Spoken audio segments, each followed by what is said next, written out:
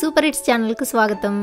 ఈ రోజు మనం తయారు చేయబోతున్నాం rich and silky chocolate cream. కేక్లపై స్ప్రెడ్ చేయడానికి, పేస్ట్రీలకి ఫిల్లింగ్ లా లేదా నేరుగా చెంచాతో తినేయడానికి కూడా చాలా బాగుంటుంది ఇది। ఈ చాక్లెట్ క్రీమ్ ని బ్రెడ్ పైన స్ప్రెడ్ చేసుకొని శాండ్విచ్ లా చేసుకొని తినేయొచ్చు। ఇది మీరు మర్చిపోలేని రుచిగా ఉండబోతుంది। ఇంకెందుకు ఆలస్యం, చాక్లెట్ క్రీమ్ తయారు చేసేద్దాం రండి। ముందుగా 10 డైజెస్టివ్ బిస్కెట్లను తీసుకొని వాటిని మిక్సీలో వేసి బిస్కెట్ పౌడర్ తయారు చేసుకొని పెట్టుకోవాలి। ఇక్కడ డైజెస్టివ్ బిస్కెట్ల బదులు ఏ బిస్కెట్స్ అయినా మీరు వాడుకోవచ్చు। ఇప్పుడు అరకప్పు పల్లీలను ఒక కడాయిలో తీసుకొని సన్నని మంట మీద బాగా వేయించుకొని వాటి పొట్టు తీసేసి చిన్న చిన్న ముక్కలుగా చేసుకొని పెట్టుకోవాలి। ఇప్పుడు ఒక మిక్సింగ్ బౌల్లో అరకప్పు షుగర్ పౌడర్ని తీసుకొని దానిలో 2 టేబుల్ స్పూన్ల కోకో పౌడర్ని వేసుకోవాలి।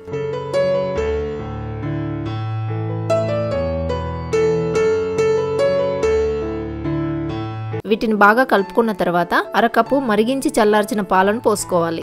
ఇప్పుడు పావు టీ స్పూన్ వెనిలా ఎసెన్స్ వేసుకొని 1 టేబుల్ స్పూన్ ఆయిల్ కూడా పోసుకున్న తర్వాత వీటన్నింటినీ బాగా కలుపుకోవాలి।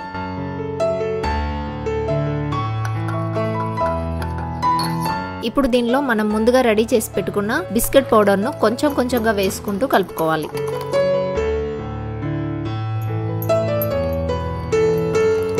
ఈ విధంగా బిస్కెట్ పౌడర్ నంతా బాగా కలిసిపోయే వరకు మిక్స్ చేసుకోవాలి। మన చాక్లెట్ క్రీమ్ తయారైనట్టే। ఇప్పుడు సర్వ్ చేసుకుందాం।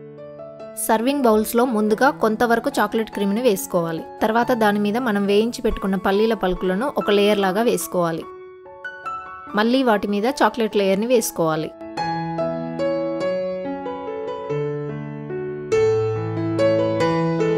ఈ విధంగా ఒకదాని తర్వాత ఒకటి లేయర్స్ లా సర్వింగ్ బౌల్స్ లో వేసుకోవాలి।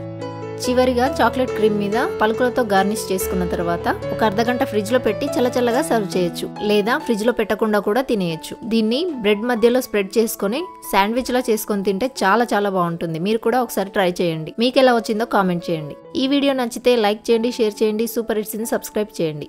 Thanks for watching.